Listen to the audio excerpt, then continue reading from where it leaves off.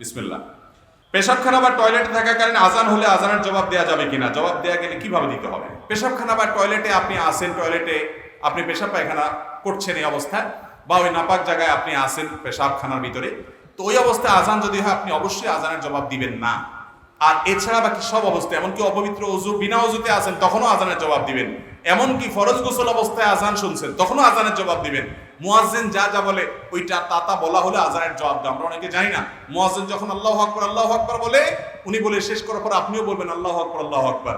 আশহাদু আল্লা ইলাহা ইল্লাল্লাহ যখন বলে আশহাদু আল্লা ইলাহা ইল্লাল্লাহ বলবেন। আশহাদু আন্না মুহাম্মাদুর রাসূলুল্লাহ যখন বলে আশহাদু আন্না মুহাম্মাদুর রাসূলুল্লাহ বলবেন।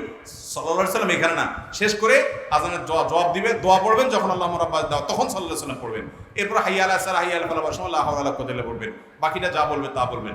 এভাবে যদি আপনি বলেন, মুয়াজ্জিন আজান দিয়ে যে সওয়াব পায় আল্লাহ তা আপনাকে সেই সওয়াব দিবেন। আর মুয়াজ্জিন আজান দিয়ে কি সওয়াব পায় জানেন? মুয়াজ্জিন আজান দিয়ে সওয়াব পায় হলো যত মানুষ তার আজান শুনে আসে তাদের সবার সমপরিমাণ নামাজের সওয়াব এক্সট্রা হিসেবে মুয়াজ্জিন সাহেব পায়। বিশেষ করে আল্লাহর জন্য যদি আজান দেয়, আল্লাহকে খুশি করার জন্য। আমাকে একবার এক ভদ্র মহিলা আমেরিকা থেকে ফোন করে জিজ্ঞাসা করছেন, হুজুর আপনার এই বক্তব্য শোনার পর থেকে আমি আজানের জবাব দেওয়ার চেষ্টা করি, কিন্তু আমেরিকাতে আজানের জবাব সব জায়গায় শোনা যায় না। তো আমি চিন্তা করলাম যে মক্কায় আজান যেটা হয় এটা লাইভ যে ব্রডকাস্ট হয়, সরাসরি রেকর্ডেড না, তো ওইটার জবাব আমি দেবো। তাহলে মক্কা হারামের মুয়াজ্জিনের আজান শুনে কত মানুষ বাইতুল্লাহ নামাজ পড়ে, তাদের নামাজের ওজন কত, একে 1 লাখে সওয়াব পাচ্ছে, আমি এটা সওয়াব পাবো কিনা। আমি চিন্তা করলাম সুবহানাল্লাহ, একজন মেয়ে মানুষ, একজন নারী, তিনি ইসলামে দ্বীনের একটা বিষয়ে সওয়াব আহরণের জন্য কি পরিমাণ তার পাগল পড়া, কি পরিমাণ তার স্পৃহা এবং আগ্রহ। তো আমি বলেছি আল্লাহ তাআলা আশা তো করা যায় হাদিসের ভাষ্য অনুপাতে আল্লাহ তাআলা আপনাকে আজর এবং সওয়াব দিবেন। এই জন্য আজানের জবাব দিবেন তো ইনশাআল্লাহ। অনেকে আমরা আছি এটা জানি না, কয়েক আজানের জবাব শুনলে প্রথম যে আজানের জবাব আজান শুনছেন ওইটার জবাব দিবেন। তার মানে রেকর্ডেড আজানের জবাব না, আবার লাইভ আজানের, মসজিদের মাইকের আজানের জবাব শুনে দিবেন। কিন্তু এই জবাবটা সর্বাবস্থায় দিতে পারেন। ফরজ গোসল হলে তখনও গোসল করা ছাড়াও আজানের জবাব দিতে পারবেন, কিন্তু টয়লেটে দিবেন না, কারণ ওই জায়গায় আল্লাহর নাম উচ্চারণ করা জায়েজ না। আব্দুল্লাহ ইবনে আব্বাস রাদিয়াল্লাহু তাআলা সহ অনেক সাহাবায়ে কেরামের ফতোয়া আছে উপরে নিষেধাজ্ঞা যে টয়লেটে আল্লাহর নাম নেওয়া যাবে না। আমার দ্বারা বারবার গুনার কাজ হয়, আবার অনুতপ্ত হই, আবার গুনার কাজে লিপ্ত হই, এখন আমার করণীয় কি? বারবার যদি গুনাহের কাজ হয়, হাল ছাড়বেন না, আবার তওবা করবেন। তবে চেষ্টা করবেন আগের তওবার চাইতে পরের তওবা যেন স্ট্রং হয়। খুব নিজেকে ভৎসনা করবেন আমি কত খারাপ, আগে না তওবা করছি আল্লাহর কাছে, আর এই কাজ করবেন, আবার করে ফেললাম, তাহলে এবার নতুন করে স্টেপ নেন। কেন হইলো? ওখান থেকে আরো শক্তভাবে দূরে সরেন। এরপরে আবার কখনো গুনাহ হয়েছে আপনি মন ভাঙবেন না, আবার তওবা করবেন। মনে রাখবেন, আরে ইয়ে কুস্তি তো হয় অমর ভর কি, কবি ও দাবালে কবি তু দাবালে। শয়তানের সাথে লড়াই তো সারা জীবনে, কখনো সে আপনাকে হারাই দিয়া পাপ করায় ফেলবে, কখনো তওবা করে চোখের পানি ফেলে মালিককে খুশি করে আপনি পাস করে যাবেন। চেষ্টা করবো না ইনশাআল্লাহ? ভাইরা আমার, ইবলিস আপনাকে বলবে তোর মাথা খারাপ হয়েছে, তুই যত আকাম করছস, যতবার খারাপ কাজ করছস, তোরে আল্লাহ মাফ করবো তো? আরে মাপ টাপ চাইস না, এই কোন মুখে আল্লাহর কাছে মাপ চাবি? আপনার কাছে মনে হয় আপনার ভিতরে একটা ফেরেশতা ভাব আসছে না, ওইটা শয়তানি ভাব। শয়তান আপনাকে নিরাশ করছে, আপনি শয়তানকে বলবেন না, তোমার এই ফন্দিতে আমি পা দিচ্ছি না। আমার রব আহকামুল হাকিমিন বলেছেন যে লা তাকনাতু মির রাহমাতিল্লাহ ইন্নাল্লাহা ইয়াগফিরুয যুনুবা জামিআ। তোমরা আল্লাহর রহমত থেকে আশা হারাবে না, আল্লাহ সব গুনাহ মাফ করবেন। তুমি আল্লাহর দিকে আগাও। যদি তুমি আগাও, ওয়াল্লাযীনা জাহাদু ফিনা লানাহদিয়ান্নাহুম সুবুলানা, যারা আমার দিকে আগানোর চেষ্টা করবে, আল্লাহ বলেছেন তাকে আমি একটা পথ দেখাবো না। লানাহদিয়ান্নাহুম, লামে তাকিদ, নুনে তাকিদ, সাকিলা, তিনটা তাকিদ দিয়ে আল্লাহ বলছেন অবশ্যই আমি তাকে একটা রাস্তা দেখাবো না। সে আমার দিকে আসা শুরু করলে আমি বহু রাস্তা খুলে দিব তাকে। যুবকরা গুনাহ ছেড়ে আল্লাহর দিকে আসবো তো ইনশাআল্লাহ? সৎ সাহস করব। শয়তান আবার কাজ করে ফেলছে, ওই কবিতা মনে রাখবেন, আরে ইয়ে কুস্তি তো হয় আমার ভর কি, কবি ও দাবালে কবি তু দাবালে। শয়তানের সাথে লড়াই তো আজীবনের, কখনো ও হারায় দিবে, কখনো আপনি হারায় দিবেন। এভাবে করতে করতে শেষ নিঃশ্বাসের আগে আপনি ওরে হারায় দিয়ে যদি যেতে পারেন, শেষটা ভালো যদি করতে পারেন, আল্লাহর কাছে জান্নাত পাবেন। অতএব নিরাশ হওয়া যাবে, কিন্তু তার মানে আবার এই না যে আপনি মনে করলেন ঠিক আছে, তাহলে হুজুর বলছে আকাম করতে থাকবো, তওবা করতে থাকবো, আশাও ছাড়া যাবে না, পাপও ছাড়া যাবে না। ভাই সেটা বলা হয় নাই। আপনার কাছে মলম আছে, কাটা জায়গা লাগাইলে সাথে সাথে রক্ত বন্ধ হয়ে যায়, এই জন্য ঠান্ডা মাথায় ছুরি নিয়ে আপনি হাত কেটে মলম লাগাবেন না। কেটে গেছে তখন লাগাবেন, অতএব পাপ হয়ে গেছে তখন তওবা করবেন। ঠান্ডা মাথায় জেনে শুনে পাপ করলে সেটা আল্লাহর কাছ থেকে মাপ পাওয়া বড় কঠিন। তারপরেও নিরাশ হওয়া যাবে না, আল্লাহর কাছে মাপ চাইতে হবে, লজ্জিত হবে, ভৎসনা করতে হবে নিজেকে, শাসন করতে হবে নিজেকে, গুনাহের পরিবেশ ছেড়ে আসতে হবে, সংগ্রাম করতে হবে, সৎ সাহস করতে হবে। যারা গুনাহ ছেড়ে আসতে পারছেন না, ঈমান দুর্বল হয়ে গেছে, নেককারদের সোহবতে যাবেন, ভালো মানুষদের সাথে থাকবেন, ভালো মোত্তাকি বন্ধু খুঁজবেন। আমি প্রায় বলার চেষ্টা করি যুবক ভাইরা, এমন কিছু যুবক পাবেন, এমন কিছু বন্ধু পাবেন, জীবন চলে যাবে, হারামের ধারে কাছেও যাবে না, সংগ্রাম করে বেড়া, এদের দাম কোটি কোটি কোটি টাকা। এরকম বন্ধু পাইলে আঁকড়ে ধরেন, তাদের সান্নিধ্যে থাকেন, দেখবেন গুনাহের প্রবণতা দূর হয়ে গেছে ইনশাআল্লাহ। আমাদের ভাইদেরকে গুনাহ থেকে, আমাদের সবাইকে গুনাহ থেকে বেঁচে থাকার তৌফিক দান। এরপরে প্রশ্ন হলো, আমি জেনেছি যার চরিত্র যেমন তার জীবন সঙ্গীও তেমন হবে। আমি আমার জীবনে জেনা লিপ্ত হয়েছিলাম, এখন সামনে বিবাহ চিন্তা করতেছি, তওবা ও ক্ষমা প্রার্থনার মাধ্যমে কি মাপ পেতে পারি? আশা করি উত্তর দিবেন। ভাইরা আমার, এই কথা আপনাকে কে বলল যে যার চরিত্র খারাপ তার জন্য কপালে খারাপ বই আসবে, ভালো বই আসবেই না? এটা কে বলছে আপনাকে? আল খাবিসাতু লিল খাবিসিনা ওয়াল খাবিসুনা লিল খাবিসাত, এই আয়াতের তাফসীর খুলে বিস্তারিত পড়ার চেষ্টা করেন।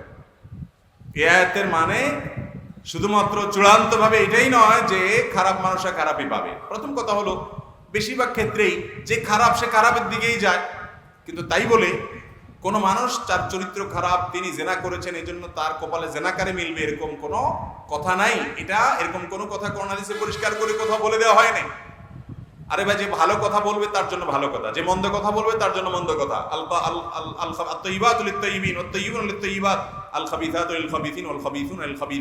এই আয়াতের এই তাফসীরটাই সবচেয়ে প্রসিদ্ধ, গ্রহণযোগ্য।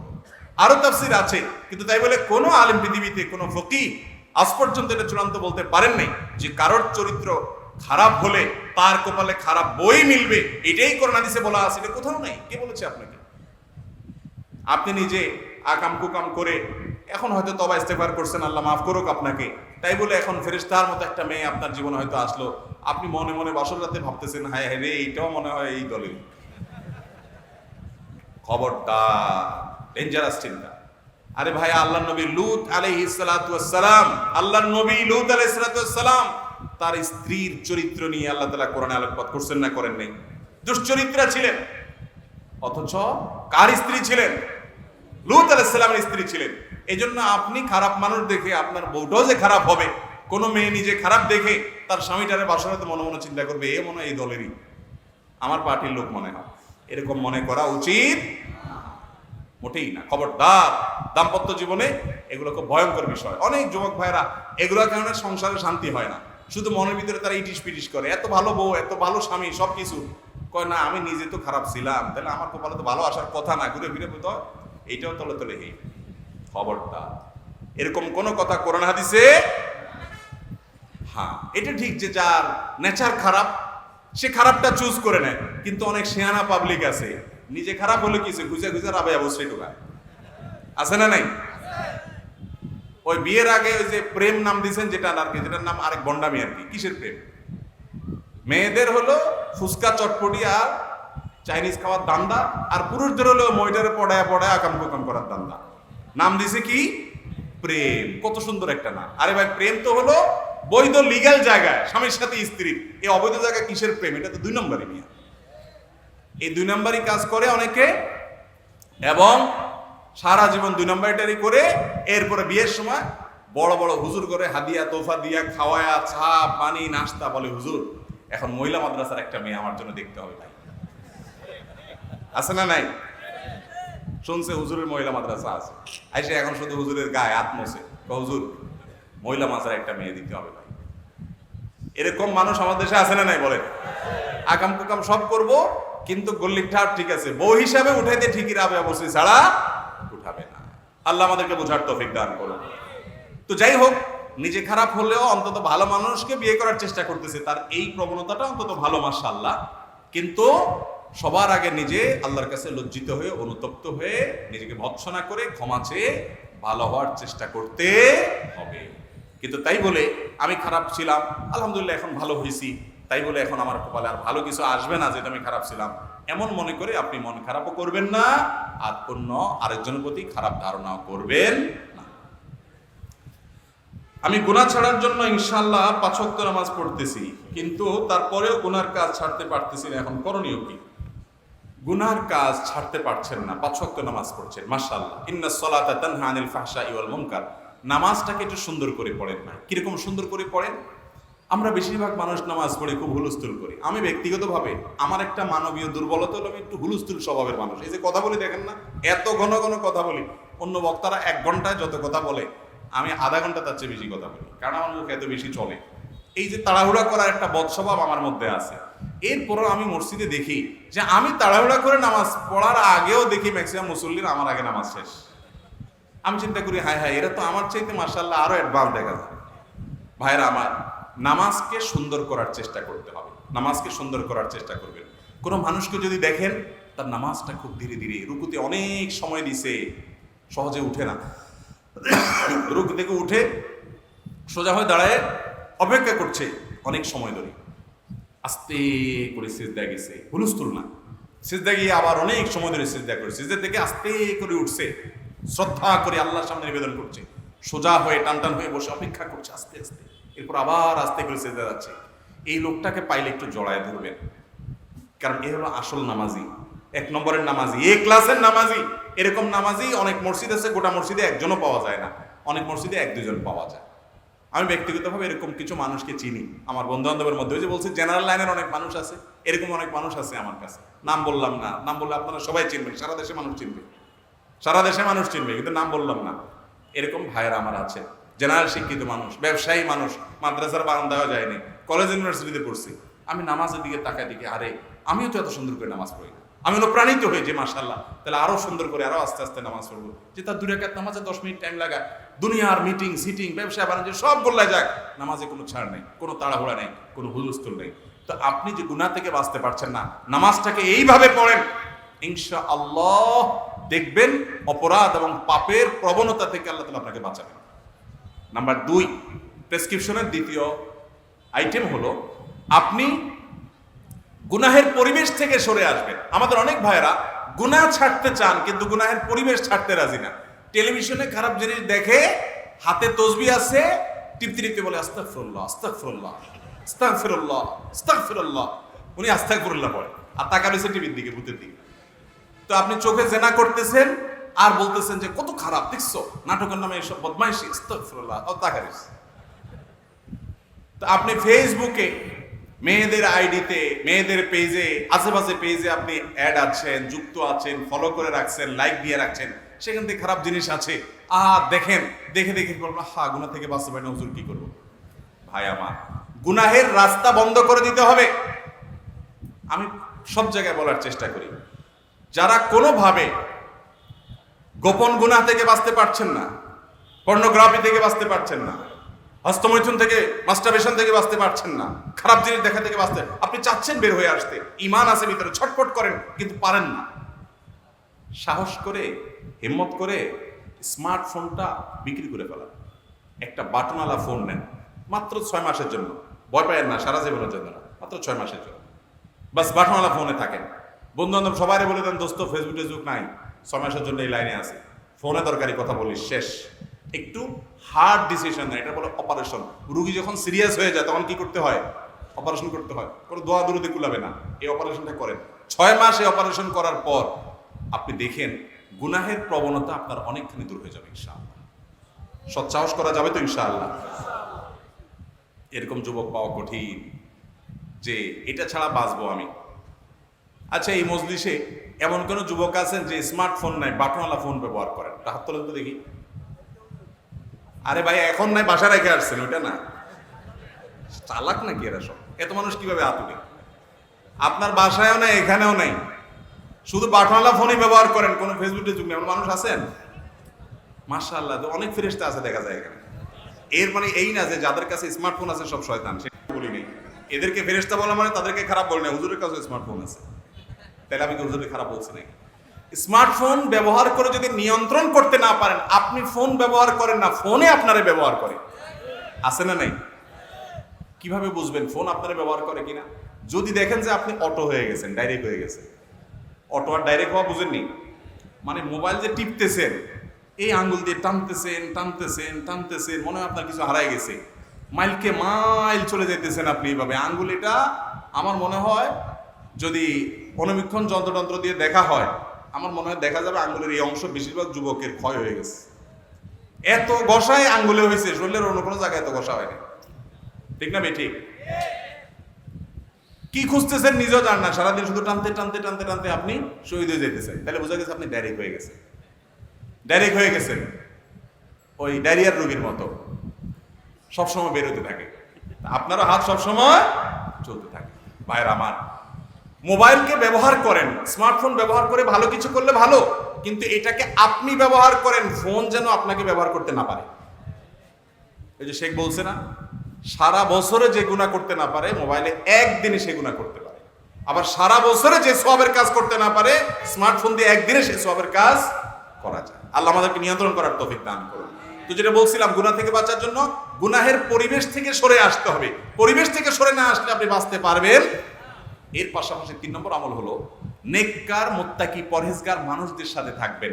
আর যদি গুনাহটা সেক্সুয়াল গুনাহ হয় তাহলে অবিবাহিত হতে যত দ্রুত সম্ভব বিয়ে করে ফেলেন। এটা হলো সব রোগের মহা ঔষধ। যদি মুরব্বীরা রাজি না হয়, দৌড়ে বাইতে আমার কাছে ফুসলা ফাসলা নিয়ে আসবেন, বা আশপাশে হুজুরদের কাছে নিয়ে যাবেন। হুজুররা চাচা মিয়ারে বুঝায়া বাজায়া ইনশাআল্লাহ বিয়ের ব্যবস্থা করে দেবে। হুজুরদেরকে একটু খাওয়া টাওয়াই নেবেন, দেখবেন ইনশাআল্লাহ সব ব্যবস্থা হয়ে গেছে। আল্লাহ তাআলা আমাদেরকে গুনাহ থেকে বেঁচে থাকার তৌফিক দান করুন। এর পাশাপাশি আল্লাহর কাছে দোয়া করতে হবে। এরপরে প্রশ্ন, মহিলারা দিনী কাজ কিভাবে সক্রিয়ভাবে অংশগ্রহণ করবে? এ বিষয়ে রাসূল সাল্লাল্লাহু আলাইহি ওয়াসাল্লাম নির্দেশ নাকি? মহিলারা দিনী কাজ করবেন মহিলা সুলভ যে সকল বিধিনিষেধ আছে সেগুলো ঠিক রেখে পর্দার মধ্যে থেকে তারা দিনের দাওয়াতি কাজ করবেন। অনেক মহিলা আছে দাওয়াতি কাজ করার জন্য ঘর থেকে বের হয়ে যায়, স্বামীর কথাও শুনে না, বাপের কথাও শুনে না, এক জেলা থেকে আরেক জেলা চলে যায় মাহরাম ছাড়া। আছে না নাই? এগুলা জায়েজ নাই। আপনি কোনো বাড়িতে তালিম করবেন, সেখানে পর্দাপর্শিদার সাথে যেতে হবে, অভিভাবকদেরকে সম্মতি নিয়ে তাদের কাছ থেকে অনুমতি নিয়ে যাবেন। এই সমস্ত তালিমে আমি বলি সবসময় কোনো একজন দক্ষ আলেমের তত্ত্বাবধান অবশ্যই থাকতে হবে, না হলে এগুলো গোমরাহিতে পর্যবেসিত হওয়ার ভয় অনেক বেশি। আর মহিলাদের মধ্যে পুরুষদের মতো অনেক মহিলাদের মধ্যে এই প্রবণতা আছে, বানায় বানায় মাসআলা বলে, বানায় বানায় হাদিস বলে। এগুলো করা যাবে না। যা জানবেন সেটা বলবেন, বিশেষ করে লাগামহীন হবেন না। অনেক মহিলা বলে আমার অসুখ হলে স্বামী যদি আমাকে বাইরে যে চিকিৎসা করতে না দেয় আমি কি তার কথা শুনে বসে থাকবো? তাহলে আমার দিনের ক্ষেত্রে আমার স্বামী যদি যেতে বাধা দেয় আমি কেন যাবে না? আপনার দিন পালনে বাধা দিলে আপনার স্বামীর কথা মানা যাবে না, কিন্তু দাওয়াতি কাজ আপনার জন্য ফরজে আইন না যে বাইরে যা দাওয়াতি কাজ করতে হবে, সেজন্য স্বামীর অবাধ্য হবেন। খবরদার, এটা নফসের পূজা হবে, প্রবৃত্তির পূজা হবে। অনেক মহিলা আছে যে বাইরে একটু ঘুরতে ভালোই লাগে, বাসা তার কত থাকে, তো দিনের নামে তালিমে না বাইরে টং টং টং টং করে ঘুরে বেড়া। এগুলো উচিত না। যদি দরকার হয় দাওয়াতি কাজ, অবশ্যই দাওয়াতি কাজ করবেন, তালিমে যাবেন, কিন্তু শরীয়তের এইসব বিষয়গুলো মেনটেন করে সেখানে যেন পর্দার সাথে থাকতে পারেন, কোনো ফিতনা না হয়, পথে যেন কোনো অসুবিধা না হয়, স্বামী সংসার সন্তানের কোনো অসুবিধা যেন না হয়। এরপর প্রশ্ন হলো, কোনো একজন স্বামী তার স্ত্রীকে বলল তুমি এই কাজ করেছো কিনা, তখন স্ত্রী অস্বীকার করলো। এরপর স্বামী বলল তুমি যদি এই কাজ করে থাকো আমি প্রমাণ করতে পারি তাহলে তোমাকে তালাক দিয়ে দিব। এরপর স্বামী প্রমাণ পেয়েছে স্ত্রী এই কাজ করেছে। প্রশ্ন হলো তালাক হবে কিনা। এখন ভাইরা আমার, উত্তরটা আগে দিয়ে ফেলি, এরপরে প্রাসঙ্গিক কথা বলি। এতে তালাক হবে না। যদি বলে যে তালাক দিয়ে দেব, প্রমাণ হলে তালাক দিয়ে দেব বললে তালাক হবে না, কারণ দেব মানে আমি এখনো দেই নেই, তাহলে তালাক হবে না। যদি সে না দেয়, দেব বলার পর প্রমাণ পাইছে, এরপর যদি সে তালাক দিয়ে দেয় তাহলে তালাক হবে। শুধু ওই আগের কথার কারণে কি হবে না? তালাক হবে না। কিন্তু এইটুকু কথার কারণে বউরে তালাকের কথা বলা, এটা ছোট লোকই ছাড়া আর কিছু। তালাকটাকে আমরা অনেকে মনে করি এটা চকলেট আর কি, মনে হয় মনে চাইলে একটু খুলা গালে দিয়ে দিলাম আর কি। খুব বাজে একটা জিনিস। প্রতিটা মাহফিলে আমি চেষ্টা করি বলার জন্য, আপনাদেরকেও বলছি, যারা বিবাহ করেছেন, যারা বিবাহ করেন নাই সামনে করবেন, খবরদার। স্ত্রীর সাথে মনোমালিন্য তৈরি হয়েছে, গন্ডগোল তৈরি হয়েছে, এমন কাম করে বসছে স্ত্রী যে মাথার চান্দি আপনার পুরো গরম হয়ে গেছে, আপনারা সহ্য হইতেছে না। তো সহ্য না হলে পারলে একটা ধাক্কা দিয়ে দেন, একটা চিমটি দিয়ে দেন, একটা বকা দিয়ে দেন, একটা মারি দেন। যদি বেশি দিয়ে থাকেন তাহলে আপনার পরে সাইজ করা যাবে, আপনার বিচার করা যাবে। অন্তত তালাক দিয়েন না। আমার কথার উদ্দেশ্য হলো অন্তত কি করিয়েন না? তালাক দিয়েন না। কথায় কথায় তালাক দেয়, তালাকের কথা বলে ছোট লোকে। কিছু দোস্ত পাবেন আপনাদের বন্ধুদের মধ্যে, কিছু হইলেই বলে কাটতি তোর সাথে, যা কাটতি। আছে না? কিছু দোস্ত আছে না এরকম? চুলের তেন্দুন খসলেই কয় কি কাটতি, সকাল বিকাল কাটতি দেয়। কিছু স্বামী আছে এরকম, কিছু হইলেই বলে তোমার তালাক দিয়ে দিব, বাপের বাড়ি পাঠাই দিব, তোমার সাথে সংসার করুন না। কিছু মহিলাও আছে ছোট লোক, কিছু হলে বলে আমার এখন তালাক দিয়ে দিবি তুই। মনে হয় যে চাইনিজ খেতে চাইছে, মনে হয় যে এত স্বাদের জিনিস, স্বামীরকে এখন তালাক দিয়ে দিবি, এখন আমার বাপের বাড়ি পাঠা দিবি, তোর সংসার আমি আর করব না, তোর ভাত আমি আর খাবো না। আছে না নাই? এই মহিলাও ছোট লোক, এই পুরুষটাও খবরদার। এই হুজুর জানেন, অন্যান্য আলেম ওলামারা যারা ওনারা জানেন, আমরা জানি কত মানুষের চোখের পানি আমরা দেখি। মাসালা জিজ্ঞাসা করতে আসে, কোরআন হাদিসের আলোকে দেখি সংসার টিকে না, মাসালা শোনার পর চোখের পানি ফেলে দেয়। হুজুর দুইটা বাচ্চা আছে, তারা মাদ্রাসায় পড়ে, বলে ফেলছি বারবার জীবনে বিভিন্ন সময় তালাক দিছি, গুনতে গুনতে 3টা পার হয়ে গেছে। 2 বছর আগে একটা দিছে, 1 বছর আগে একটা দিছে, আবার এর নগদ একটা আরেকটা মারি আসছে। আসি এখন বলে হুজুর কি করা যাবে? হুজুর কোনো রাস্তা নাই, হুজুর একটু আল্লাহ আল্লাহ মাফ করবে না হুজুর, আমি তওবা করছি, আমি লজ্জিত হয়েছি। আমি বলি ভাই, একটা ধারালো ছুরি আইনে আমার বুকে খপ করে মেরে দিলেন আপনি, মারার পর আমি মরে গেলাম। এরপর আপনি বলতেছেন আমার আসলে মাথা রক্ত উঠছিল, আমি বুঝে উঠতে পারি নাই, আমি সরি, জিব্বা কামড়াইতে কামড়াতে জিব্বা সিঁড়িও ফালান, আমি তো আর জীবিত হব না। তালাকটা এরকম ডেঞ্জারাস জিনিস। নবীজি সাল্লাল্লাহু আলাইহি ওয়াসাল্লাম বলেছেন সালাতুন জিদ্দুহুন্না জিদ্দুন ওয়া হাজলুহুন্না জিদ্দুন। 3টা বিষয় সিরিয়াসলি বললে যা হবে, রসিকতা করতে করতে বললেও তা হয়ে যাবে, এটা ফেরত নেওয়া যাবে না। দুনিয়ার সমস্ত আলেম ওলামা, মক্কা মদিনার ইমামরা, বাইতুল মুকাররমের খতিব, সব বড় ছোট হুজুর সব একসাথ করেন। এরপরেও তালাক যদি 3টাই হয়ে যায় কার্যকর, বারবার তালাক দিছেন, গটায় ফেলছেন কাম, তো সব হুজুর একসাথ হইয়াও আর জোড়া লাগাইতে পারবে?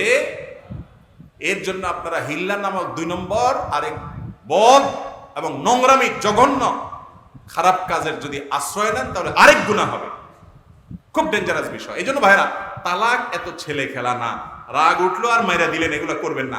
আমার এক উস্তাদ ছিলেন খুলনাতে, ইফতা পড়ছি যার কাছে, হুজুরের যে গদি ছিল, গদির নিচে একটা বেত ছিল, বেত। মাসলা টাসলা জিজ্ঞাসা করতে আসলে, ভালো ভালো মাসলা জিজ্ঞাসা করলে উত্তর দিতেন, কোনো অসুবিধা নেই। যদি হুজুর জিজ্ঞাসা করতেন কি মাসালা জিজ্ঞাসা করবেন আপনি, তো যদি বলতো হুজুর তালাকের মাসালা, তো হুজুর আগে শুনতেন, হাতে আস্তে আস্তে হাত বেতের কাছে নিয়ে শুনতেন। যদি বলতেন নিজের বউরে তালাক দিয়ে আসছে, হুজুর বিসমিল্লাহ বলে ব্যাটটা নিয়ে কস কস করে মায়ের শুরু করতেন। সে কোন শিক্ষিত, সে কোন সরকারি অফিসার না, কো আমলা, এসব দেখার টাইম নেই হুজুরের। দমসে আগে ভিড়ে নিতেন, ফিটাতে ফিটাতে হাঁপায়া এরপরে বলতেন এবার বল কি করছস, এটা কামার পাস না, আকাম কোকাম গড়ায় এসে মায়ের বউরে তালাক মারস এসে, এরপর আমার কাছে মাসলা যে মাস তালাক দিছস, আগে মায়ের খাবি তারপরে মাসলা। একদিন এক বুড়ো আসছে, ভদ্রলোক ভ্যান চালায়, তো আমরা দোতলায়, আমাদের ফতোয়া বিভাগ ছিল, উনি দোতলায় আসছে, হুজুরের খুঁজতেছে। তো আমরা বললাম হুজুর তো ওই নিচে মাঠে দাঁড়ায় আছে। আমরা বললাম আরে বুড়া বেচারা, এই লোকের বেদ দিয়ে মায়ের দিলে পড়িয়ে যেত। ভাগ্য ভালো হুজুর জায়গায় নাই, বেত নাই হাতের কাছে, হুজুর মাঠে আছে। আমরা পাঠিয়ে দিলাম, চাচা ভাগ্য কপাল ভালো থাকতে থাকতে মাঠে যান। পাঠাই দিয়েছি আমরা দাঁড়িয়েছি বারান্দা থেকে, কাহিনী কি হয় দেখি। ওই বুড়া হুজুরের কাছে যাওয়ার পর কথাবার্তা বলছে, দূর থেকে বোঝা যাইতেছে তালাকের কথা বলে ফেলছে। হুজুর এখন তো মারি দিছি, কি করবো? এইটা বলার পর এইভাবে তার কলারটা ধরে বক্সিং শুরু। আমরা তো কাহেরে, বুড়ারও রক্ষা হলো না বেচারা, বক্সিং শুরু। হুজুরের কথা হলো যে বেটা কামার পাস না, আকাম গড়ায়া কিছু হইলেই বউরে তালাক মারা, ছোট লোক কোথাকার। একটা মেয়ে তার বাবার সংসার ছেড়ে, মা বাপ ছেড়ে, সব কিছু ছেড়ে, সবাইকে পর করে চিরকালের জন্য তোমার বাড়িতে চলে আসছে। ভুল হতে পারে, অন্যায় হতে পারে, বিচার আছে, সালিশ আছে, দরবার আছে, দূরে তালাক মারা দাও। আল্লাহ তাআলা আমাদেরকে হেদায়েত দান করুন। খবরদার, তালাকের কথা বলার আগে 40 বার ভাববেন, এরপরে কান্দে কেটে লাভ হবে। যাই হোক, এরকম কথা তালাক বলা ঠিক না। এরপরে প্রশ্ন হলো, মানুষ মৃত্যুসজ্জা অবস্থায় থাকাকালীন তাকে পানি পান করানো হয় কেন? সবাইকে বলা হয় নাম ধরে ধরে পানি পান করানোর জন্য, কিন্তু তখন তার জ্ঞান থাকে না, সে তখন অচেতন অবস্থায় থাকে। সবাই বলে এতে নাকি তার কষ্ট কম হয়। বা যদি মৃত্যুর আগ মুহূর্তে গলা শুকায় যায়, ওই লোকের কষ্ট হচ্ছে মনে হয়, তখন তো আপনি চামচ দিয়ে বিভিন্ন বিষয়ে তারে পানি পান করাবেনই, যাতে করে গলা শুকায় না যায়, কষ্ট না হয়। মৃত্যুর আগ মুহূর্তে অনেক কষ্ট হয়, সেজন্য তার পানির প্রয়োজন আছে মনে হলে চামচ দিয়ে যদি দেখেন যে তিনি নিচ্ছেন, পানি পান করতেছেন, নিতে চাচ্ছেন, তাহলে দিলেন, এটা ভালো জিনিস। কিন্তু পানি সবাই মিলে পান করাইলে, সবাই আপনারা ফেরেশতা, আপনারা সব নেককার মানুষ, আপনাদের হাতের বরকতে ওই ব্যক্তির মৃত্যুর কষ্ট দূর হয়ে যাবে, এরকম কোনো কথা কোরআন হাদিসে, এগুলো হলো হাদিসুন নিসা, আমাদের নিজেদের মান গড়া হাদিস। কথা কি বুঝাতে পারছি? অল্প বয়সে চুল পেকেছে, কালো কালি করলে নাকি ফরজ গোসল হবে না, সঠিকটা জানতে চাই। ফরজ গোসল হবে না হবে এই প্রশ্ন তো পরে। কালো কলম ব্যবহার করা জায়েজ নাই। নবী করিম সাল্লাল্লাহু আলাইহি ওয়াসাল্লাম বলেছেন, কারোর চুল বা দাড়ি যদি পেকে যায় সেগুলোকে সে কোনো কালার দ্বারা পরিবর্তন করুক। মেহেদি দ্বারা আপনি রঙিন করেন, আপনি যদি কালো কালার দিয়ে পরিবর্তন করেন তাহলে নবী সাল্লাল্লাহু আলাইহি ওয়াসাল্লামের নিষেধাজ্ঞার খেলাফ হবে, এটা নাজায়েজ হবে, গুনাহ হবে। তিনি বলেছেন, গায়্যিরু হাযা শাইবা ওয়া জান্নিবু সিওয়াদ, তোমরা কালো কালার থেকে বেঁচে থাকবা, চুল দাড়িকে কালো কালার করবা না। এটারে কি বলে আপনার খেজাব, কালো খেজাব মারবা না। কালোর সাথে অন্য কালার মিক্স করে যদি মারেন, অর্থাৎ আপনি মেহেদি দিলেন সাথে কালো দিলেন, জায়েজ হতে পারে। আর ওযুর মাসআলা হলো যে কালারের কারণে ওযু যাবে না, ব্যাপারটা সেরকম না। বাজারে যে সমস্ত মেহেদি পাওয়া যায়, আর্টিফিশিয়াল মেহেদি, এই মেহেদি সম্পর্কে আমার একসময় সঠিক ধারণা ছিল না। সেজন্য আমি একসময় মনে করতাম এই মেহেদি ব্যবহার করলে ওযু হয় না। কিন্তু পরবর্তীতে বিস্তারিত আরো জানার পর আমি সেটা কারেকশন করেছি এবং বারবার স্পষ্ট আলাদা করে বলেছি যে না, আর্টিফিশিয়াল মেহেদি ব্যবহার করলে ওযু হবে, ওযু হবে না এমন বিষয় না। কারণ আর্টিফিশিয়াল মেহেদি বাজারে যেগুলো পাওয়া যায় এগুলো ব্যবহার করলে অনেক সময় দেখবেন হাতে ব্যবহার করলে বা শরীরে ব্যবহার করলে উপরে চল্লা উঠে। হ্যাঁ, এই চল্লাটা আলাদা স্তর বা আবরণ পড়ার কারণে হয় না। এটা হলো ওইটাতে যে অ্যাসিড দেয়, কোথাও অ্যাসিড একটু বেশি পড়লে সেটা যে জায়গা পড়ে ওখানে চামড়ার উপরের যে পাতলা লেয়ারটা আছে ওইটা খসে পড়ে, অন্য কিছু না। যার কারণে আলাদা কোনো স্তর পড়ে না, বিধায় আর্টিফিশিয়াল মেহেদি ব্যবহার করলেও ওযু হবে। কিন্তু কালো খেজাব ব্যবহার করে সাদা ঢাকার চেষ্টা করা যাবে। এক ভাই প্রশ্ন করেছেন, আমার টাকা ছিল, আমি ব্যাংকে জমা রাখছিলাম, পরে সুদ গরিবদের দিয়ে দিয়েছি এবং টাকা উঠে ফেলেছি। সেই টাকা ব্যবসা বিনিয়োগ করেছি একজনের কাছে এবং বলেছি ব্যবসার 3 ভাগের 1 ভাগ দিতে। এখন এটা ইসলামী দৃষ্টিতে বৈধ কিনা? আলহামদুলিল্লাহ, আপনি যে প্রক্রিয়া অবলম্বন করেছেন তার সবটুকুই বিশুদ্ধ। আপনি সুদের কারবারে জড়িয়ে গেছেন, সেখান থেকে যে লাভ পেয়েছেন সেটা আপনি নিজে ভোগ করেন নাই, গরিব দুঃখীকে দান করে দিয়েছেন সওয়াবের নিয়ত ছাড়া। এটা ভালো কাজ করেছেন। সেই সাথে সুদের কারবারে যে জড়ায় গেছেন সেজন্য আল্লাহর কাছে মাপ চাবেন, এটা আপনাকে অবশ্যই করতে হবে, ইস্তিগফার করতে হবে। আর কখনো এই কাজ জড়াবেন না, সে মর্মে তওবা করতে হবে, তওবায়ে নাসুহা।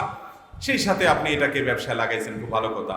পার্সেন্টেজ ঠিক করে যে 3 ভাগের 1 ভাগ, 2 ভাগের 1 ভাগ, অর্ধেক অথবা যে কোনো পার্সেন্টেজ আপনি যার কাছে বিনিয়োগ করেছেন তার সাথে আপনার চুক্তি থাকবে যে আমার যা লাভ হবে সেখান থেকে এটা আমাকে পার্সেন্টেজ দিবা আর বাকিটা তুমি নিবা। তো এইভাবে চুক্তি দিলে সেটা বৈধ। আহাল্লাল্লাহুল বাইআ ওয়া হাররামার রিবা, এটা হলো বৈধ ব্যবসা, বৈধ লেনদেন। আর রিবা থেকে আপনি সরে এসেছেন, আল্লাহ তাআলা আপনাকে এর জন্য অন্তর বিনিময় দান করুন। এরপরে প্রশ্ন হলো, মুফাসসিরে কোরআন, আন্তর্জাতিক খ্যাতিসম্পন্ন মুফতি, মুহাদ্দিস, আল্লামা, এগুলোর প্রকৃত সংজ্ঞা কি? ভাই একটা একটা করে সবগুলোর সংজ্ঞা দিতে দিতে অনেক সময় লাগবে, তাও দেই। আপনি প্রশ্ন করছেন, মুফাসসিরে কোরআন মানে হলো যিনি কোরআনের তাফসীর কারক। বিশাল বড় একটা টাইটেল, কিন্তু সহজ কথা না। কোরআনের অনুবাদটা কোন রকম করতে অবস্থা খারাপ হয়ে যায়, সেখানে তাফসীর করার জন্য এলেমের মহাসমুদ্র হওয়া লাগে। আমাদের দেশে ওয়াজ মাহফিলে আলোচনা যেই করুক, এই চেয়ারে বসলে, মাইকের সামনে বসলেই তার নাম কি? মুফাসসিরে কোরআন। ভাই, মুফাসসিরে কোরআন প্রকৃত অর্থে যাদেরকে বলা হয়, ওইটা বলার মতো মানুষ বাংলাদেশে ওয়াজ মাহফিলের ময়দানে কে আছেন, কয়জন আছেন আমার জানা নেই। কিন্তু আমরা বলি মুফাসসিরে কোরআন। ভাই, আমরা ওয়াইজ বলতে পারি, নসিহতকারী মানুষকে এটা বলতে পারি। মুফাসসিরে কোরআন মানে কোরআনের তাফসীর কারক। এই তাফসীর কারকের কয় খণ্ডের, কয় ভলিউমের কোরআনের তাফসীর লেখার তৌফিক হয়েছে? যে মুফাসসির কি দিয়ে হয়েছে? এই ওয়াজ করে আয়াত একটা সামনে রেখে 1 ঘন্টা 2 ঘন্টা কথা বললে তাকে আসলে মুফাসসিরে কোরআন বলা যায়? এটা আমাদের দেশি একটা সংজ্ঞা বলতে পারেন যে মুফাসসিরে কোরআন বলতে ওলামায়ে কেরামের যে পরিভাষা, সেখানে যেটা বোঝানো হয় ওটা অনেক ভারী পদবী। ওই পদবীর ওজন বহন করার মতো বক্তা, আলোচক এই দেশে কে আছে আমার জানা নাই। তবে আমাদের দেশীয়, আমাদের আঞ্চলিক একটা পরিভাষা বলতে পারে যে মুফাসসিরে কোরআন মানে হলো, এখন আরেকটা নতুন সংজ্ঞা দিচ্ছি, মুফাসসিরে কোরআন মানে হলো ওয়াজ মাহফিলের বক্তা। মুফাসসিরে কোরআন মানে কি? ওয়াজ মাহফিলের বক্তা, বাস। এটা হলো আমাদের দেশীয় সংজ্ঞা। আর আগেরটা যেটা দিলাম এটা হলো কিতাবী সংজ্ঞা। বুঝতে পারছেন?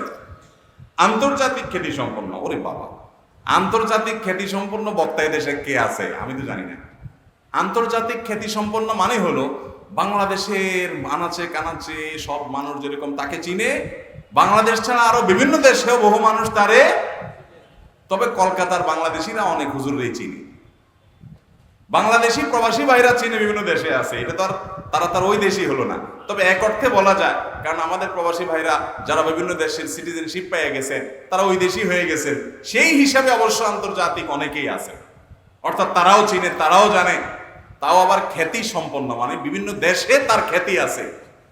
যেমন ডক্টর জাকির নায়েকের কথা বলা যায় যে তাকে বিভিন্ন দেশে মানুষ চিনে। বাংলাদেশে হলো আমাদের মধ্যে হাতে গোনা 2-4 জন এরকম হয়তো পাবেন যে তাদেরকে দেশের বাইরেও অনেকে চিনি। এর বাইরে গণহারে যাকে তাকে আমরা আজকাল মানে মাহফিলের পোস্টারে যেই পরিমাণ শব্দের অপচয় হয়, এই মাহফিল থেকে মানুষ ভালো কিছু শিখবে। এখানে যদি 2 নম্বরই হয়, এখানে যদি পাম্পট্টি দেওয়া দেই হয়, তাহলে মানুষ শিখবে এটা কি? গতকালকে মাহফিল আমার নামের আগে একজন আল্লামা লাগাইছে, আমার কান টান সব গরম হয়ে গেছে সাথে সাথে। কিসের ওয়াজ টোয়াজ করবো? তাই লোকের থামায় বললাম, ভাই আমার নামের আগে কি লেখা আছে? আমার মাহফিলের যে ফরম আছে, আমার মাহফিলের জন্য আবেদন করতে হলে ফরমে 12টা শর্ত দেওয়া আছে। এর ভিতরে একটা শর্ত হলো আমার নামের আগে আমার নামের পরে কি থাকবে এটা আমার থেকে, আমার অফিস থেকে নিশ্চিত করতে হবে। একটা অতিরিক্ত শব্দ লিখলে ওই মাহফিলে আমি উপস্থিত হই না, হব না। হ্যাঁ, কখনো কখনো এমন হয় যে আমার অজান্তে পরে পোস্টার ব্যানার বানায় ফেলছে, আইসা হয়তো আমি খেয়ালও করি নাই, পরে ধরা পড়ছে। যদি খেয়াল করি তাহলে আমি সেখানে সাবধান করি। ভাইরা আমার, আল্লামা শব্দের অর্থ বুঝেন? শত শত আলেমের এলেম যার পেটের ভিতরে এর বলে আল্লামা, যার মাথায় শত শত আলেমের এলেম থাকে তাকে আল্লামা বলে, মহা বড় জ্ঞানী আলেম। এইটা বলার মতো মানুষ আমাদের মতো চুনোপুটি না। আমরা 2-4টা কথা আপনাদেরকে বলতে পারি, আল্লামা এত সস্তা উপাধি না, এই দেশে সব কি আল্লামা। তো মাহফিলের যারা আয়োজন করেন, আল্লাহর হস্তে এই মঞ্চ থেকে পাম্পট্টি দেওয়া বন্ধ করেন। পাম্পট্টি দেওয়াটা খুব খারাপ একটা স্বভাব, নবী করিম সাল্লাল্লাহু আলাইহি ওয়াসাল্লাম নিষেধ করেছেন, এটা খুব বদ স্বভাব। এই স্বভাবের মানুষ ভালো মুসলমান না। সেখানে মাহফিল মঞ্চ থেকে এই সমস্ত আজাইরা পাম্পট্টি কিভাবে দেন? কামেলে মোকাম্মল, আলেম কুলের শিরোমণি, আন্তর্জাতিক খ্যাতি সম্পন্ন, বাইরে বাইরে ভাই যত টাইটেল দুনিয়াতে আছে সব আয়রা লাগা দিছে যদু মধু আমাদের মতো যাত্রার নামে শুরু। দিনের নামে পাগলাম ওই হাস্যকর কাজ আল্লাহর ওয়াস্তে করবেন না। অনেক বক্তা আছে, অনেক হুজুর আছে, তাদের পোস্টারের নামের আগে আর পরে যে টাইটেল 2 লাইন 3 লাইন টাইটেলও আছে অনেক পীর সাহেবের। এই টাইটেলগুলো সব পড়তে পড়তে পড়তে এরপরে আর নাম খুঁজে পাওয়া যায়। অনেক পীর সাহেব আছে এদের নামের আগে যে টাইটেল আছে, ওরে বাপ রে বাপ। আপনি দেখেন তো আমাদের নবী করিম সাল্লাল্লাহু আলাইহি সাল্লামের নাম নেওয়ার সময় সাহাবীরা এরকম বলতেন? এরকম কোনো কিছু বলতেন না। মাহফিলে যারা পয়সা দেয় এদেরকেও আপনারা পাম্পট্টি দেন, যারা ওয়াজ করে এদেরকেও পাম্পট্টি দেন, যারা প্রধান অতিথি হয় রাজনৈতিক নেতা হয় তাদেরকেও পাম্পট্টি দেন। এই আয়োজকদের ঠিকানা কোথায় হবে আগারে আমি এই চিন্তা করি। আল্লাহ তাআলা আয়োজক ভাইদেরকে হেদায়েত যেন হয় সেই তৌফিক দান করুন, এবং আলোচকদেরকে আল্লাহ হেদায়েত দান করুন, শ্রোতাদেরকে আল্লাহ তাআলা হেদায়েত দান। অতএব এই শব্দের অপচয় করা যাবে না। মুহাদ্দিস বলা হয় যিনি হাদিস বিশারদ। বাংলাদেশে সাধারণত হাদিসের কিতাব পড়ায়, হাদিসের শিক্ষক হলে তাকে সাধারণত মুহাদ্দিস বলে। আর এমনিতে হাদিস সম্পর্কে পাণ্ডিত্য আছে, হাদিসই তার স্পেশালিটি, এটা নিয়ে তার পড়াশোনা, হাদিস সম্পর্কে অগাধ নলেজ এলিম আছে, তাকে সাধারণত মুহাদ্দিস বলা হয়। মুফতি যিনি ফতোয়া সম্পর্কে, মাসআলা মাসাইল সম্পর্কে, আমাদের দেশীয় পরিভাষায় যিনি মাসলা মাসাইল উপরে বিভিন্ন কোর্স সম্পন্ন করেছেন তাকে মুফতি বলা হয়, একজন চিকিৎসক যেরকম বলা হয়। যদিও অনেক দেশে মুফতি এই শব্দটা অনেক ওজনের শব্দ, এটা অনেক বড় বড় আলেমদেরকে সাধারণত পুরো দেশে হাতে গোনা কয়েকজনকে বলা হয়। যাই হোক, এটা এক এক দেশে এক এক পরিভাষা থাকতে পারে, এটা দোষে কিছু না। কিন্তু এই পরিভাষাগুলোর যত্রতত্র ব্যবহার, যার নামের সাথে যেটা খাটবে না সেটাও খাটায়া খাটায়া মাহফিলের আয়োজকরা মাইকিং করে, পোস্টার লেখে, ব্যানার লেখে, হ্যান্ডবিল লেখে। আল্লাহ তাআলা এই অনাচার থেকে আমাদের আয়োজক ভাইদের বাঁচার তৌফিক দান করুন। এরপরে প্রশ্ন হলো, অত্র এলাকায় হিজবুত তাওহীদের একটি প্রতিষ্ঠান গড়ে উঠেছে, তারা গোপনে তাদের সদস্য সংগ্রহ এজেন্ডা বাস্তবায়নের জন্য কাজ করছে, এক্ষেত্রে আমরা কি পদক্ষেপ নিতে পারি? ভাইরা আমার, আপনাদের কাজ হবে একজন মুসলমানের জন্য আদর্শ পথ এবং পদ্ধতি কি কোরআন এবং হাদিসের আলোকে মানুষকে সেটা বুঝাবেন, সেটা বোঝানো আপনাদের দায়িত্ব। আপনি যখন আলো জ্বালাবেন অন্ধকার এমনিতেই দূর হয়ে যাবে, নিভে যাবে। মনে রাখবেন, হিজবুত তাওহীদের ভাইরা তাদের মূল প্রচার প্রসার। আবার কিছু লোক বাইর হয়েছে মুনকেরে হাদিস, হাদিস মানে না এরা। এই লোকগুলোর মূল কথা হলো যে ইসলাম, প্রকৃত ইসলাম তাদের কাছে আছে, আর দুনিয়াতে যত ইসলাম আছে সব ভেজাল। এমনকি কাবাতে, মক্কাতে, মদিনাতে ইমাম সাহেবরা যারা আছে সব ভেজাল ইসলামে আছে। শুধুমাত্র আসল ইসলাম আছে ওইসব ভাইদের কাছে যাদের মুখে ভালো করে দাড়িটাও নাই, কোরআনে কারিমের আয়াত শুদ্ধ করে তেলাওয়াত, পেটে বোম মারলেও বের হবে না, আরবি কোরআন আরবিতে, হাদিস আরবিতে, সে আরবি ভাষা সম্পর্কে একটা বাচ্চা মাদ্রাসার যে ধারণা রাখে, সেই ব্যাকরণ গ্রামার আরবি সে সম্পর্কে ধারণা নাই, কিন্তু উনি প্রকৃত ইসলামের ধারক বাহক। নবীজি সাল্লাল্লাহু আলাইহি ওয়াসাল্লাম বলেছেন, মান ক্বালা হালাকান নাস ফাহুয়া আহলাকুহুম, যে বলবে সবাই ধ্বংস হয়ে গেছে, সমাজের সব গোমরা, আমরা কয়েকজন মানুষ শুধু হকের উপরে আছি, নবীজি বলছেন তাহলে বুঝে নিবা ওরাই হলো সবচেয়ে বড় গোমরা। এরা নারী পুরুষদেরকে যেভাবে মিলে মিশে একাকার করে বিভিন্ন প্রোগ্রাম করে, আমার নবী করিম সাল্লাল্লাহু আলাইহি ওয়াসাল্লাম বলেছেন, খায়রু সুফুফির রিজালি আউয়ালুহা ওয়া আখিরু সুফুফিন নিসাই আখিরুহা ওয়া খায়রু সুফুফিন নিসাই আখিরুহা। অর্থাৎ যখন নামাজে দাঁড়াবেন, যে কোনো প্রোগ্রাম হবে, তো পুরুষদের জন্য উত্তম হবে তারা সামনের কাতারে দাঁড়াবে, পেছনে মা বোনদেরকে রাখবে। এটা মা বোনদেরকে ছোট করার জন্য নয়, অপমান করবার জন্য নয়, এটা তাদের নিরাপত্তা, তাদের ব্যক্তিত্ব, তাদের সম্মানহানি যেন না হয়। একজন নারীকে নিয়ে যেন বাজে মন্তব্য, বাজে ধারণা, মনে মনে নোংরামি চিন্তা যেন কেউ করতে না পারে, ইসলাম সেটা দেয় না। অন্য নারীকে নিয়ে রাস্তাঘাটে যে কোনো মানুষ যে কোনো চিন্তা করতে পারে, যে কোনো বাজে কল্পনা করতে পারে, মনে মনে তাকে জেনা করতে পারে, মনে মনে প্রতিটা মানুষ দেখে দেখে তাকে ধর্ষণ করতে পারে।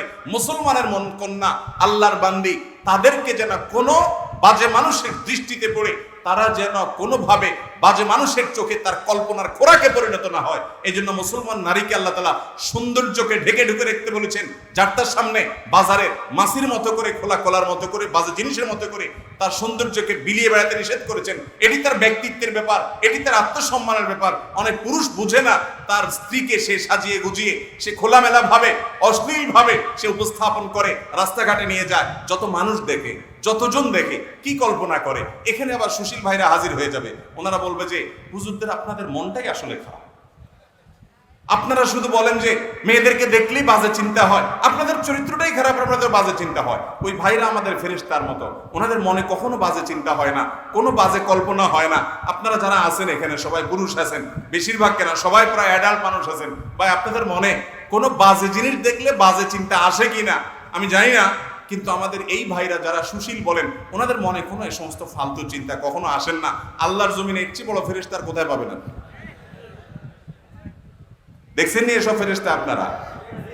এই ফেরেশতারা হয় মিথ্যাবাদী আর না হলে নপুংসক, হয় মিথ্যুক আর না হলে ডাক্তার দেখাইতে হবে। বেটা তোমার অশ্লীল দৃশ্য দেখার পরে, অশ্লীল মেয়েকে দেখার পরে তোমার তার সম্পর্কে একেবারে পবিত্র চিন্তা আসে, তোমার মা বোনের চেহারা বেশি উঠে, সুবহানাল্লাহ, আলহামদুলিল্লাহ। তোমার মতো এরকম ফেরেশতা আল্লাহ জমিনে আছে, এই জমিন তো এখন এই জন্য টিকে আছে।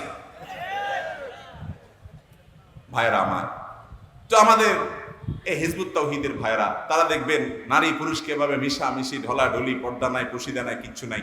তারপরে তাদের কাছে মিউজিক কোনো ব্যাপার না, অন্য কিছুও না। তাদের যে এমাম সাহেব আছে, এমাম বলে, এমাম সাহেবের তেলাওয়াত শুনেন, মাঝে মধ্যে তেলাওয়াত শুনলে মক্তবের ছোট বাচ্চা যে আলিফ বাতাসা মাত্র শুদ্ধ করে শুনছে সেও হাসবে, এমন অবস্থা। আল্লাহ তাআলা আমাদের ভাইদেরকে হেদায়েত পাওয়ার তৌফিক দান করে। আমরা আমাদের ভাইদের জন্য দোয়া করি, তারাও আমাদের ভাই, আমরা চাই তারাও আমাদের সাথে জান্নাতে যাক। আমরা এই ভাইদেরকে বলবো, কোরআন এবং হাদিস নবী করিম সাল্লাল্লাহু আলাইহি ওয়াসাল্লাম রেখে গেছেন, অর্থ সহকারে যদি আপনি বুঝেন, সেখান থেকে সঠিক ইসলামের ধারণা পেয়ে যাবেন। আপনারা এই সমস্ত ভাইদের বিভ্রান্তিতে যেন কোনো মুসলমান না পড়ে, তাদেরকে আপনারা ইসলামের সুমহান সুন্দর ধারা কোরআন এবং সুন্নাহর পথে আহ্বান করবেন। আল্লাহ নবী সাল্লাল্লাহু আলাইহি ওয়াসাল্লাম নবীদের ওয়ারিস বানিয়ে গেছেন ওলামায়ে কেরামকে। সেই ওলামায়ে কেরাম, সমস্ত ওলামায়ে কেরাম সবাইকে গোমরা বলে দিন শেষে একজন হঠাৎ করে দাঁড়ায় গেছে, বলে যে আমি হলাম একমাত্র হকের জান্ডাবাহী, প্রকৃত ইসলামের ধারক বাহক। আল্লাহ তাআলা এই ইসলাম থেকে আমাদের ভাইদের হেফাজত করবে। ভাইরা আমার, আমাদেরকে সঠিক পথে দাওয়াত দিতে হবে, এবং আলো যদি দিতে থাকেন, অন্ধকার এমনিতে কি হয়ে যাবে? দূর হয়ে যাবে। এরপরে প্রশ্ন হলো, ইমামের প্রতি ভক্তি না থাকলে তার পিছনে কি আমার নামাজ পড়ব কিনা? সুবহানাল্লাহ, এই তো আরেক ফেরেশতা পাওয়া গেছে। আমি তো মানুষ দেখি না, সব তো ফেরেশতা ফেরেশতা লাগতেছে। ভাইরা আমার, ইমামকে ভক্তি হয় না, মানুষটা কি পরিমাণ ভক্তি মানে ফেরেশতা হলে এটা সম্ভব।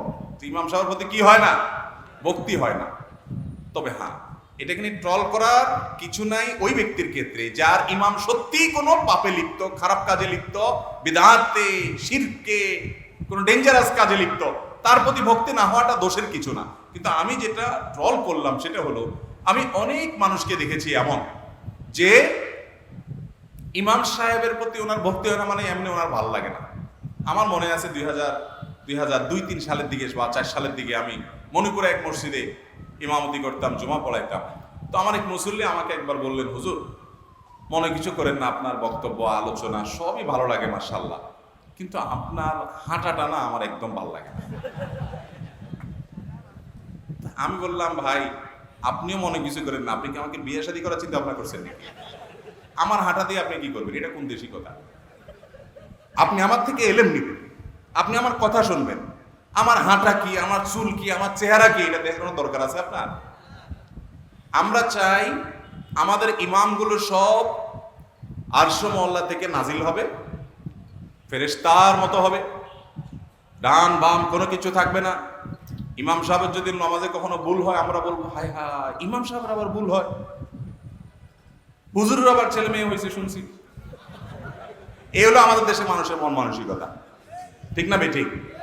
আরে ভাই, আপনার ইমাম সাহেব দিন শেষে একজন মানুষ, ওনারও ভুল হতে, নামাজে আমাদের নবী করিম সাল্লাল্লাহু আলাইহি ওয়াসাল্লামের ভুল হয়েছে, আপনি কোথায় আছেন?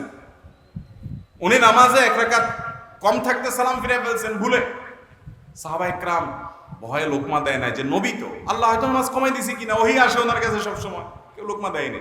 সালাম ফেরানোর পরে বলে, ইয়া রাসূলুল্লাহ আনাসিতা আম কুসিরাতিস সালাহ, আপনি ভুলে গেছেন না নামাজ আল্লাহ কমাই দিছে। দেখেন কত ভদ্রতা, ডাইরেক্ট বলে নাই ইয়া রাসূলুল্লাহ আপনি ভুল করছেন, বলে ইয়া রাসূলুল্লাহ কি আল্লাহর পক্ষ থেকে নাজিল হয়েছে নতুন কোনো বিধান, সেজন্য রাকাত সংখ্যা কম হয়েছে, নাকি আপনি ভুলে গেছেন? নবীজি সাল্লাল্লাহু আলাইহি ওয়াসাল্লাম তখন বলেছেন বাল নাসিতু, না বরং আমি ভুলে গেছি। তখন তিনি কারেকশন করলেন। তো তা আল্লাহর নবীর ভুল হওয়ার সময় তো জিবরিল এসে বলে দিতে পারতো যে হুজুর আপনি বসেন না, এখন দাঁড়ায় যান। তো তার ভুল হয়েছে, আল্লাহ জিবরিল পাঠান নাই, তার ভুল হয়েছে, মানে মানুষ হিসাবে যে ভুলে যাওয়া, এই ভুলে যাওয়ার বিষয়টা ঘটছে একবার ফজরের নামাজে। তারা সফরে ছিলেন, সবাই ঘুমেছিলেন, একজনকে পাহারা রাখছেন, একটু পর পর পালা করে করে তারা রাত্রে পাহারাদারি করবে, ফজরের সময় ডেকে দেওয়ার দায়িত্ব একজনের।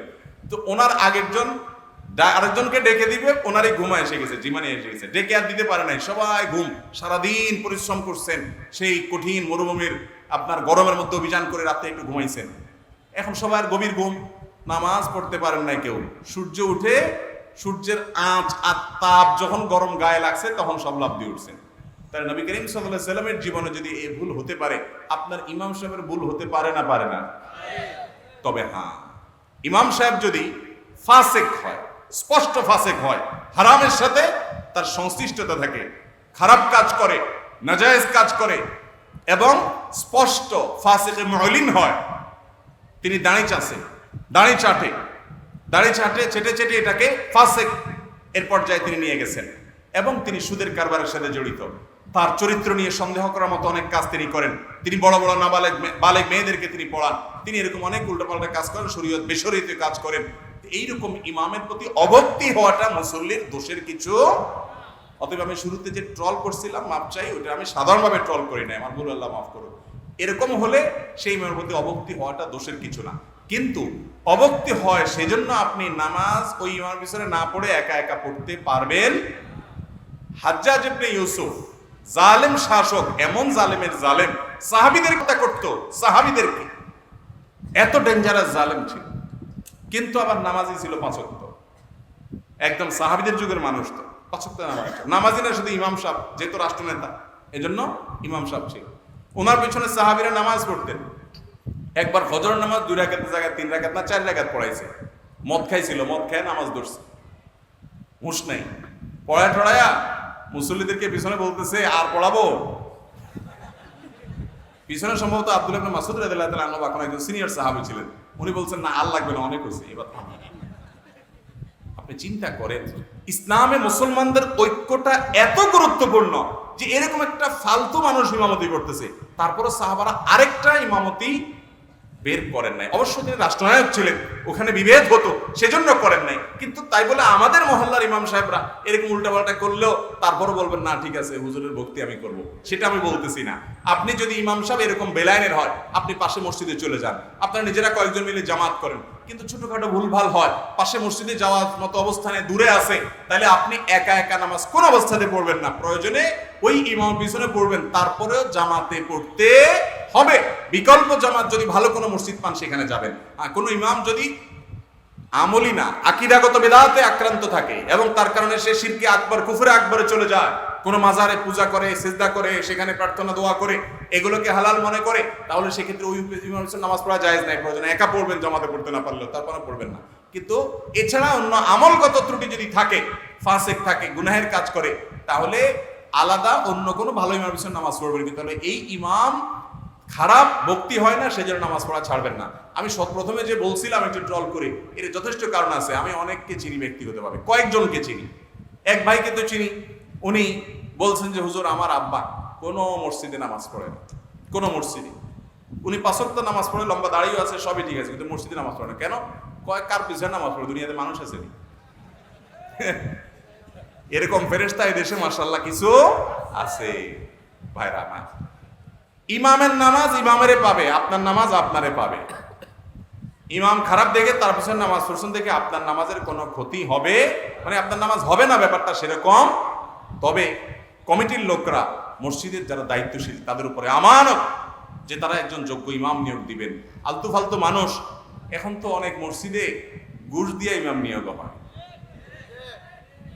সভাপতি সেক্রেটারি সাহেবের পছন্দের মানুষ, আত্মীয় স্বজন থাকলে পার্সিয়ালিটি করে তারে ঢুকায় দেয়। চুরি ডাকাতি সব জায়গায় করতে করতে আল্লাহর ঘরও ধরছে অনেক, আছে না নাই? আল্লাহ তাআলা এই চোর ডাকাতদের থেকে আমাদের দেশে মসজিদগুলোকে হেফাজত করুন। এরপরে প্রশ্ন হলো, বর্তমানে আলেমদের মধ্যে বিদ্যমান যে দ্বন্দ্ব, মাহফিলে আলেমরা যেভাবে একে অপরের নাম ধরে সমালোচনা করে, এটা কি আসলে কোনো দিন শেষ হবে, নাকি এই ফিতনাটাও কিয়ামতের আলামত? ভাই, আমি এটার সাথে পুরোপুরি একমত না। মাহফিলে এক আলেম অন্য আলেমের নাম ধরে সমালোচনা করে, বিশুদ্ধার করে, এইরকম ঘটনা বাংলাদেশে কয়জন মানুষ, কয়টা মাহফিলে হয় বলেন? খারাপটা নজরে বেশি পড়ে। বেশিরভাগ আলেম ওলামারা করোনা দিস থেকে কথা বলেন মাশাআল্লাহ। এই বিশুদ্ধার করা মানুষ হাতে গুনলে কয়েকজন পাবেন হয়তো, বা কয়েকটা মাহফিলে হয় হয়তো।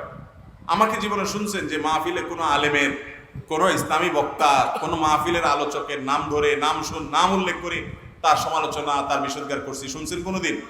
এই হুজুরে শুনছেন কোনোদিন? তো এরকম হুজুর বহুত আছে মাশাআল্লাহ এই দেশে, আছে না নাই? অতএব আপনারা এত মানে নেতিবাচক চিন্তা করেন কেন যে সব হুজুরা এরকম হয়ে গেছে? জি না, বেশিরভাগ এখনো আলহামদুলিল্লাহ ভালো আছে। কিছু খারাপ বা কিছু মানুষ তার দৃষ্টিভঙ্গির বেশ কম থাকতেই পারে।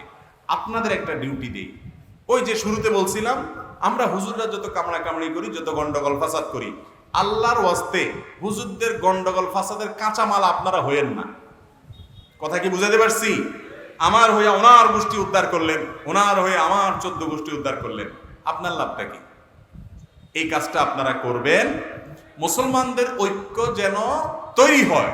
এই জন্য আপনি একটা মত পোষণ করেন, উনি আরেকটা মত পোষণ করে, আল্লাহর ওয়াস্তে ওনাকে আপনার শত্রু মনে করেন না। খুব চমৎকার একটা কথা বলেছিলেন ভারতের একজন আলেম, দিন কে হার কাম করনে ওয়ালোं को রফিক সমঝো, ফরিক না সমঝো।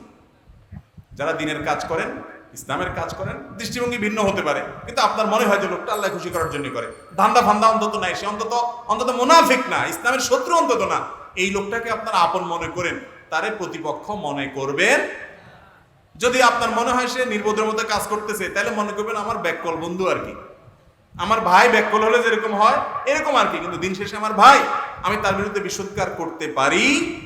এইভাবে যদি আপনারা চলেন, ফেসবুক জেহাদের নাম দিয়া এক গোষ্ঠী আরেক গোষ্ঠী উদ্ধার করে যদি বন্ধ করেন, তাহলে দেখবেন ঐক্যের প্ল্যাটফর্ম এমনি সুগম হয়ে গেছে ইনশাআল্লাহ। চেষ্টা করবেন না আপনারা? এরপরের প্রশ্নটা একজন ইমাম সাহেবের প্রশ্ন। এই প্রশ্নটা আমি এখানে পড়তে পারলাম না, শুধু এতটুকু বলবো, এই ধরনের প্রশ্ন ব্যক্তিগতভাবে জানার চেষ্টা করবেন, মেহরবানি করে এই ধরনের প্রশ্ন ব্যক্তিগতভাবে জানার চেষ্টা করবেন এবং আল্লাহর কাছে ইস্তেগফার করবেন, তওবা করবেন, আল্লাহ তাআলা মাফ করুন। এরপরে প্রশ্ন হলো, এত ওয়াজ মাহফিল হওয়া সত্ত্বেও সমাজ থেকে অন্যায় অশ্লীলতা দূর হচ্ছে না কেন? প্রথম কথা হলো, মানুষের মানবীয় প্রকৃতির মধ্যে আল্লাহ তাআলা দিয়ে দিয়েছেন খারাপের দিকে টান মানুষের বেশি। আল্লাহ বলেছেন ইন্নান নাফসা লাআম্মারাতুম বিশ্ব ইউসুফ আলাইহিস সালামের বক্তব্য আল্লাহ উক্তি কোট করেছেন যে মানুষের প্রবৃত্তি খারাপের দিকে টানে বেশি। এরপরেও সেই খারাপ প্রবণতাকে আবার আরো খারাপ করার জন্য নানামুখী মিডিয়া, নানামুখী আয়োজন, গোটা দুনিয়া ইবলিসীয় সভ্যতা, দাজ্জালীয় দুনিয়াতে সেগুলো তো আছেই। এই স্রোতের বিপরীতে ওয়াজ মাহফিলগুলো হলো অনেকটা সমুদ্রের বিপরীতে বালু ফেলায়া বাঁধ দেওয়ার চেষ্টা। আপনি আমি চেষ্টাটা করি যদি, তাহলে আল্লাহর কাছে বিনিময় পাবো। আর এতে একেবারে লাভ হয় না, এটা অনর্থক কথা। বহু মানুষের ঠিকই ফায়দা হয়। আল্লাহ তাআলা আমাদেরকে হেদায়েতের উপরে চলার তৌফিক দান করুন। অনেকে কোরআন পড়া শুদ্ধ হয় না বলে কোরআন পড়ে না, ভুল উচ্চারণে গুনাহ হবে কিনা এই ভয়ে, এক্ষেত্রে বিধান কি? এটা অনেক সময় ওয়াসওয়াসার কারণে হয় ভাই। আপনি কোরআন পড়তে পারেন না, ভুল হয়, সেজন্য কোরআন পড়বেন না, জি না। আপনার কোরআন পাঠে যদি মেজর বড় সমস্যা না থাকে, যে একেবারে বড় ধরনের ভুল, তাহলে অবশ্যই আপনি তেলাওয়াত করবেন। ছোটখাটো ভুল হলে আপনি তেলাওয়াত চালায়া যাবেন। তেলাওয়াতে মানে কোয়ালিটির কোনো শেষ নাই।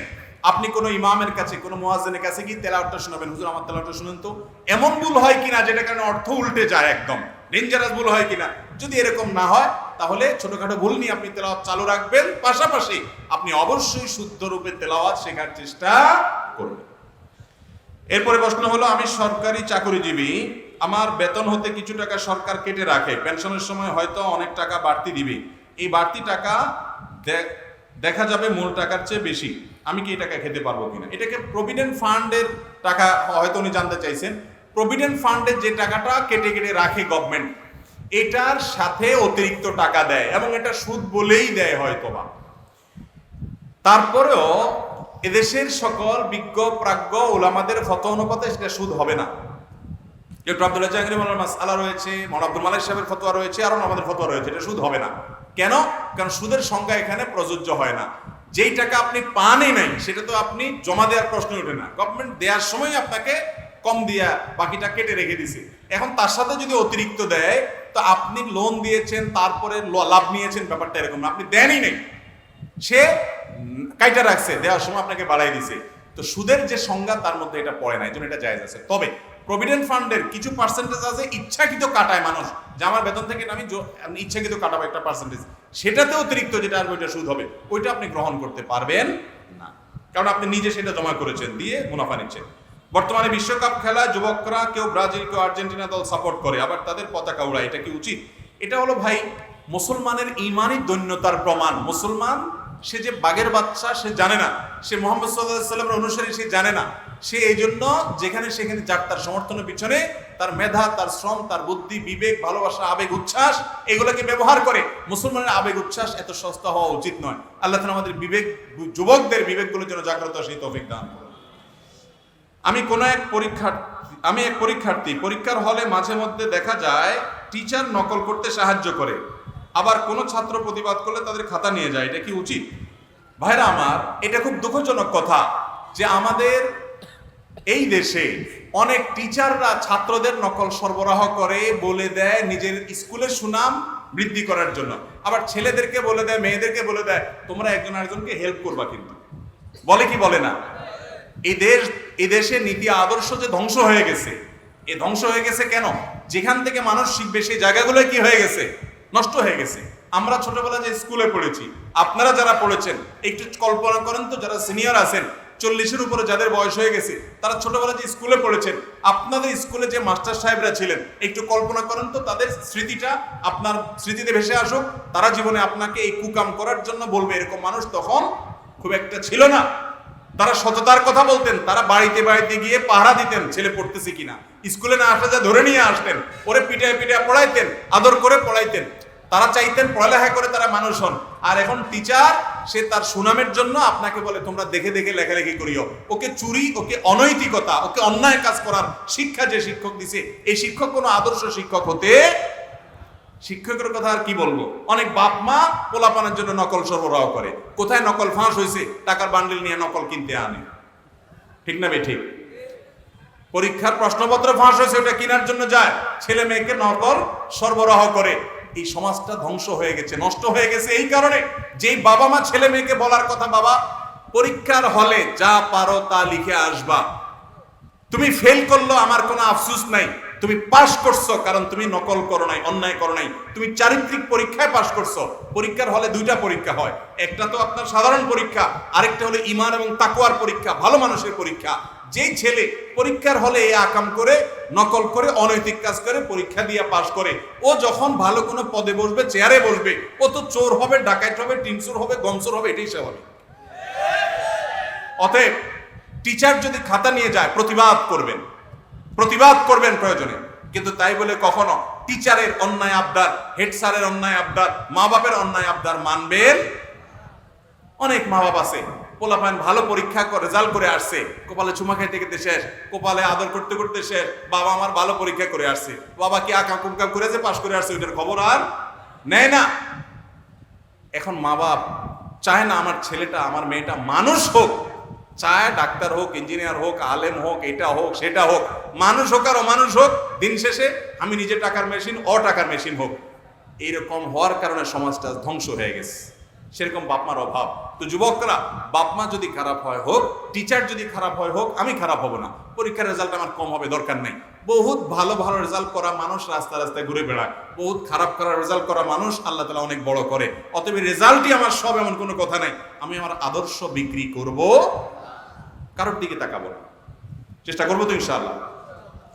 নামাজে ওয়াজিব ছুটে গেলে সাহু সেজদা দিলে নামাজ হয়ে যায়, কিন্তু কেউ যদি শেষ বৈঠকে তাশাহুদ পড়ার পর সেজদায়ে সাহু না দেয় এবং দুরূদ ও দোয়া মাসুরা পড়ে ফেলে, এরপর সেজদায়ে সাহুর কথা স্মরণ হলে করণীয় কি? এরপরে সেজদায়ে সাহু যদি স্মরণ হয়, ওই অবস্থায় সেজদায়ে সাহু দিবেন। এমনকি দুই দিকে সালাম ফিরায় ফেলছেন, তারপরে মনে হয়েছে আরে আমার তো সেজদায়ে সাহু বাকি ছিল, তখনও যদি সেজদায়ে সাহু দেন, তারপরে কি হয়ে যাবে? নামাজ হয়ে, নামাজের পরে এখনো কথাবার্তা বলেন নাই, উঠে কেবলা থেকে অন্যদিকে ফিরে যান নাই, নামাজ ভঙ্গ হওয়ার মতো কিছু করেন নাই, এতক্ষণ পর্যন্ত যদি আপনার মনে হয়, তারপরও আপনি সেজদায়ে সাহু দিলে নামাজ হয়ে যাবে। উঠে গেছেন, হাঁটা শুরু করছেন, কথা বলছেন, তাহলে সেক্ষেত্রে আপনার আর এখন সেজদায়ে সাহু কুলাবে না, নতুন করে সে নামাজ ওয়াজিবুল আদা পুনরায় পড়তে হবে।